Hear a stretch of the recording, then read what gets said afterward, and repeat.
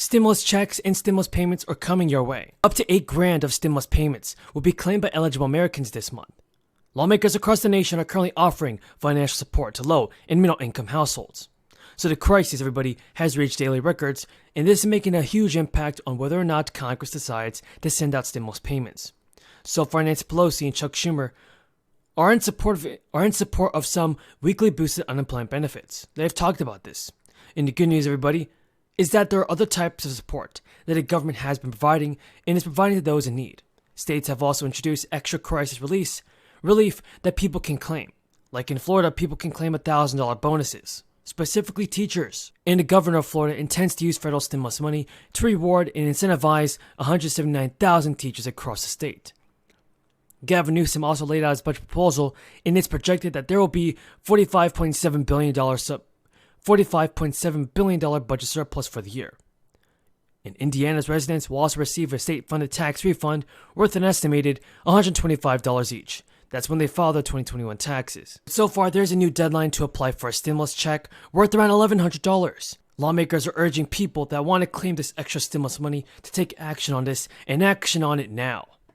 So, to be eligible for the first or second Golden State stimulus check, Californians must have lived in the state for more than half of the 2020 tax year, and they also must have earned less than $75,000.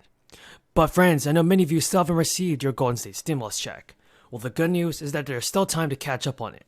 Stimulus payments are being sent out still. California residents have until February 15th to claim the stimulus check.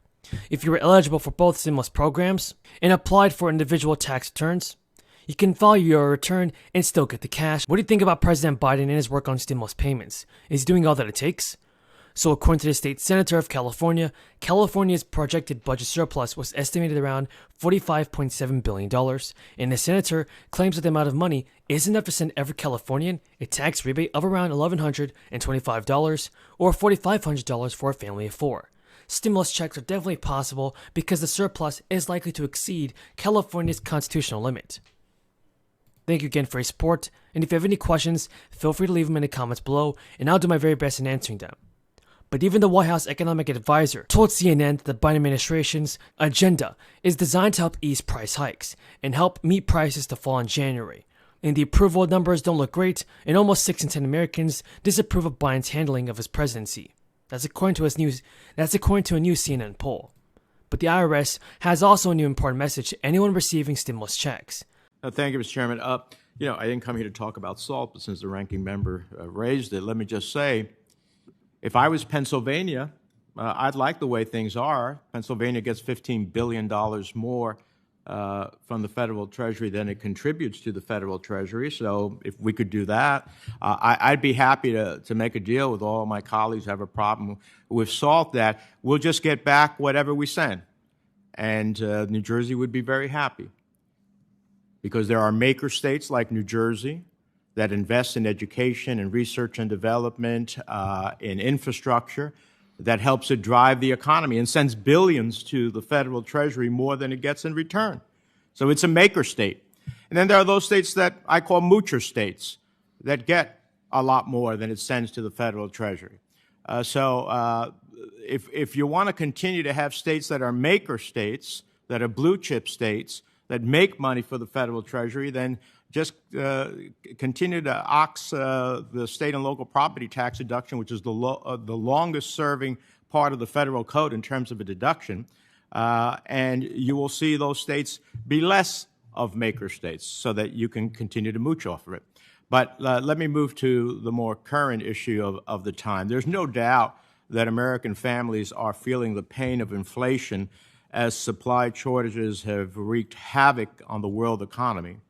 However, that pain has been magnified by companies that are hiding behind the headline inflation figures to justify raising prices and profits on the backs of hardworking Americans. And let's be clear, corporations are not the ones hurting right now. Here's a transcript of Kimberly Clark's last earnings call a few weeks ago. CEO Mike Hsu stated that the company took, quote, decisive action to offset the impact of higher costs with significant pricing actions. He wasn't kidding. the price of a 50-pack of Kimberly-Clark N95 masks more than doubled from $23.19 to $57.15 from last October to January. And the company's plan for the future is not to deliver relief to consumers, but to resume stock buybacks, quote, as soon as we get the excess cash flow. It's amazing to seek profit beyond simply hiding behind the issue of inflation. Dr. Bernstein, are you seeing this occur in other sectors of the economy as well? Yeah, profit rates and profit margins are highly elevated for firms across many sectors of the economy.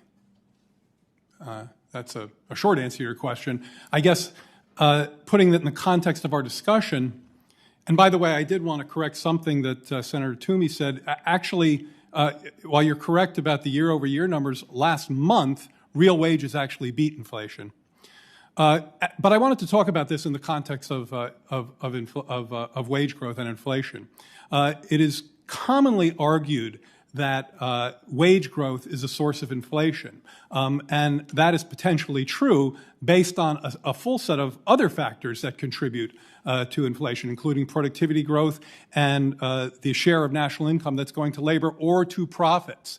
And it is completely coherent within the algebra of how wages and inflation interact that non-inflationary wage growth can be paid for out of reduced profit margins. And I think that's relevant to. Well, I just cited one quarterly profit call. There are many others in which clearly the companies are using the guise of inflation to ratchet up their earnings, and that is unconscionable. We have to think about ways in which that transparency can take place so that consumers know. It's just pretty astounding. Let me ask one other question. We're facing a dire, even as we talk about a growing economy, we have a labor shortage across the economy, which is contributing also, in my mind, to rising inflation and unmet consumer demand. There are currently nearly 11 million job openings nationwide across low-wage and high-school industries. Immigrants are ready and willing to fill those jobs. We had the Secretary of Energy in New Jersey the other day at one of our research and development centers.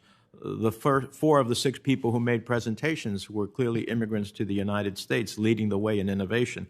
Unfortunately, there's over 1.6 million immigrants still have pending work permit applications before USCIS, and over 8 million immigrants that are stuck in the broader visa backlog. Leading business groups, including